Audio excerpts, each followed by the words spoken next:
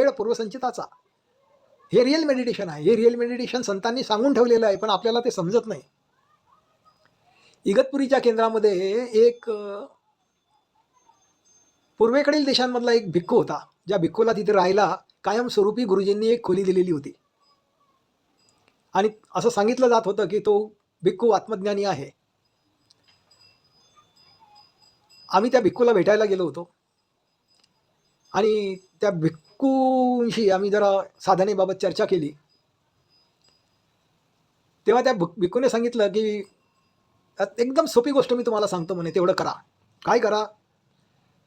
तर त्याने सांगितलं, तुमचं मन म्हणजे हा एक टीव्हीचा पडदा आहे म्हणे. हा टीव्हीचा स्क्रीन आहे. बस या टीव्हीच्या स्क्रीनवर ज्या काही घडामोडी होतात, जे काही विचार, भावना, विकार, काम, क्रोध, लोभ, मद, मोह, मत्सर, चिंता, काळजी, जे काही उठतं तुमच्या मनाच्या पडद्यावर, जे काही तुम्हाला अनुभवाला येतं, त्या अनुभवाविषयी तुम्ही साक्षीभावात राहा. त्या अनुभवांना चांगलंही म्हणू नका, वाईटही म्हणू नका. ते अनुभव गेले पाहिजे असंही म्हणू नका, ते अनुभव राहिले पाहिजे असंही म्हणू नका. त्या अनुभवाविषयी कोणतीही रागद्वेषाची प्रतिक्रिया करू नका. आणि असं करणं जर तुम्हाला जमलं तर मग निर्वाण प्रकटत असतं, असं अत्यंत सोप्या शब्दामध्ये आणि थोडक्यामध्ये त्या भिक्खूने आम्हाला सांगितलं होतं. आणि ती अगदी खरी गोष्ट आहे.